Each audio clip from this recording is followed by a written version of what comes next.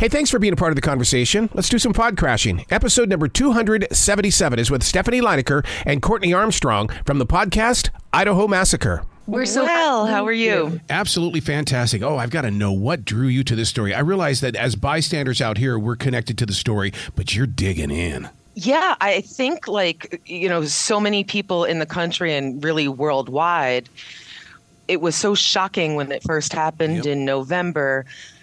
Given the victims and, they were these 4 college students just seemed to be living such a beautiful life together.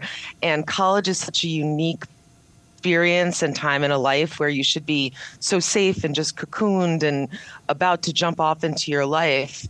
And we just had to find out, why did this happen? How did this happen?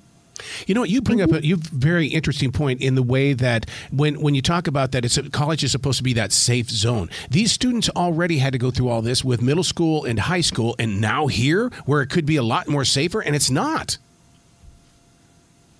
And I would say, as a rule of thumb, it is, right? This is in a very extreme case, and Moscow was a real idyllic place and remains so. And, the town is really pushing through this tragedy. But I think that's why we also were ripped apart by this case, because you see photographs of the victims, to Courtney's point, and they look like they're right out of a J. Crew ad, right? They look like they're so happy and they're best friends. And there were 6 of them living in a house off campus. And it looked like it was really fun to be them.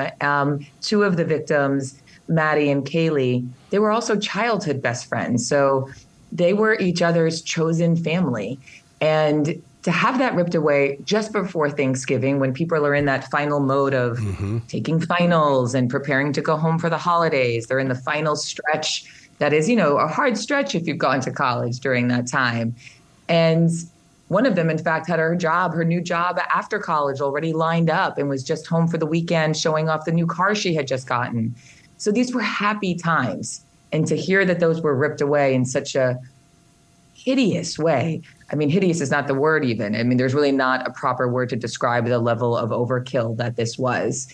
And literally the walls of the house, some of you have seen the photos, some of your listeners, that it appeared as though the walls were bleeding. There was that much blood.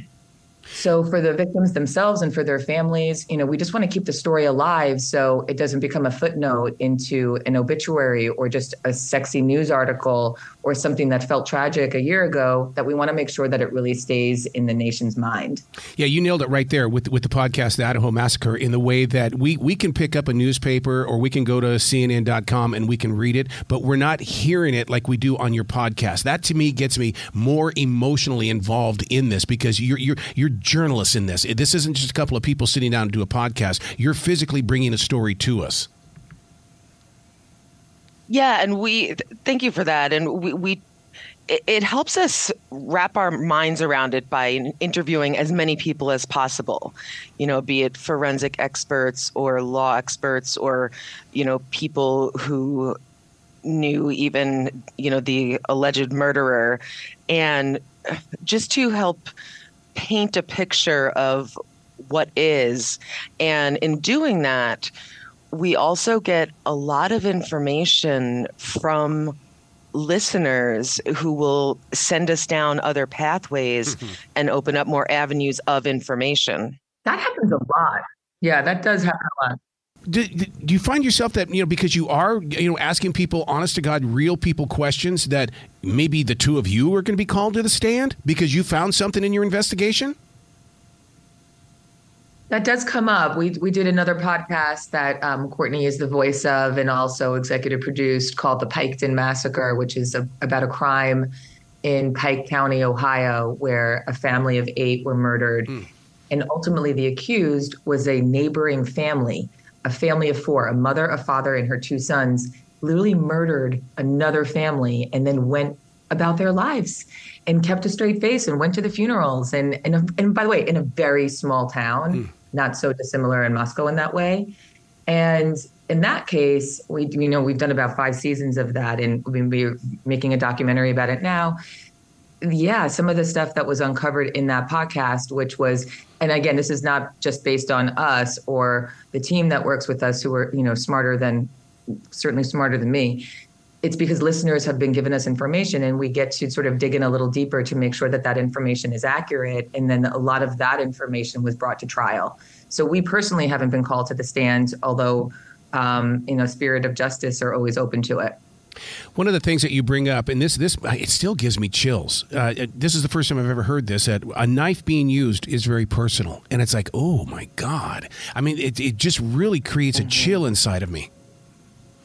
Think about it and really think about that. It is a knife. It got referenced as a Rambo knife, but although it's not totally a Rambo knife, same idea. You can kind of picture what that looks like. You're in close proximity. It's very intimate. So to go from one human to another human, go down a flight of stairs or up a flight of stairs, since the placement of who was first and last of the 4 victims is still a little unknowable. It's been speculated about, but think about how close to close you have to be. You're making eye contact. We know for a fact that one of the victims was, just on her phone. Yep. Whoever took her life could tell that she was scrolling and perhaps, on social media, and just the way every one of us does before we go to sleep, right? You feel safe, you're cozy, you're home, you've had your snacks, it's been a late night, it's a weekend of fun, and then some psycho takes that away from you. And if we don't hear these stories, we don't know what to look out for. Images that will stick with you for the rest of your life. Brian in court the first day. I can still see that, and I don't even have a picture in front of me. It's so branded inside of my head. Yeah, those bushy eyebrows. Yeah. It's going to be very interesting to see how the trial plays out. Originally, Brian Koberger and his legal team had asked for a speedy trial. He has since, that request has been pulled back, and so we don't know when the trial will be. But what is on the table is whether or not or how much media will be allowed in there. And, some speculate, just like you said, that the defense team may be a little bit concerned that he's off-putting and that could just the visual. And by the way, to your point, also to both of your points, really, he's a very slight guy, right? So initially you don't imagine that this is the boogeyman. And to be clear, he does claim his innocence, right? And he has not been proven guilty, despite there being, a considerable amount of evidence that we've at least seen that is, stacking against him in the public eye. He does have a smirk about him that, our fear, and we talk about this so much internally, is, we don't want to give celebrity to anyone who has committed a vicious crime. Right. And if what he's accused of is true, and he was legitimately studying the art of crime and murder, and now is getting this, heyday in court where there's a frenzy and there has been so much media attention about it, what's that line ethically? Because, in the recent court appearance that I just watched, it almost looked like he was like greeting the press in an odd, strange way. And, that's a fine line, because we really want to make sure that we're victim forward and not celebrating somebody who's done such a sicko thing, if that's true. And, he gets referenced a lot as being like BTK, the infamous serial killer, or Bundy, who was so charismatic and, air quotes, I might add, good looking. We kind of imagine, just from a scary movie perspective, that we're going to be able to spot the scary person in the woods because they're so big and dark and they have a mask on and they're dressed in a Halloween costume and it looks like, Michael from Halloween. And that's like so not the case, right? And I think that's what's so scary about it, is it's just like this unassuming guy that could be on the plane seat next to you that you just plop next to, and little do you know he's potentially a mass murderer. That's a pretty hard pill to swallow. Well, how about the millions and millions of people worldwide that watch Dexter? In their hearts, they're going, oh, my God, this could be like the real deal. That's exactly right. And that's what we thought, too. That's why we got involved. I'm like, this guy's just like Dexter. The big difference is, and not that this makes it a good thing or a bad thing. God, Dexter doesn't seem like we should applaud him either, but he was killing for good, at least in the scripted series, right? Right. Also an unassuming guy, or kind of like we also watched that show called You on Netflix, which is also a one, unassuming guy. And he fits that MO, right? He seemed like he comes from a really nice family.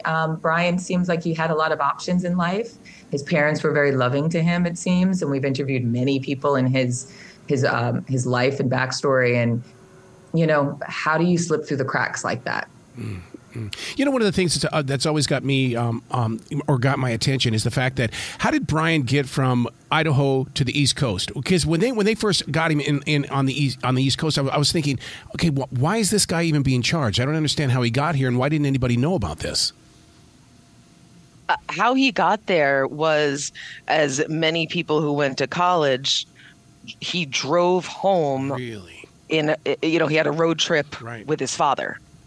That's the literal way he got home, which is, quite an amazing thing to think about if he is, again, guilty of what he's been accused of.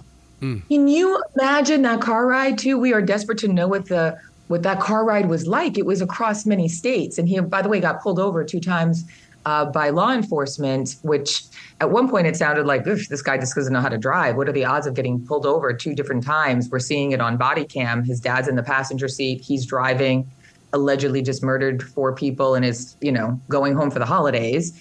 When they looked at his apartment, he didn't have a shower curtain on his shower, which could just mean he never had one. Or was that a part of how he covered the seats in his car from all the bloodshed he had been covered in it? Because if he committed this crime, he would have been. Imagine the father, right? So it's every parent's worst nightmare. I would have to assume he knows nothing. Let's assume that. Or does your son confess? And what do you do with that information? Or do you just not want to believe? Or did he have no idea whatsoever?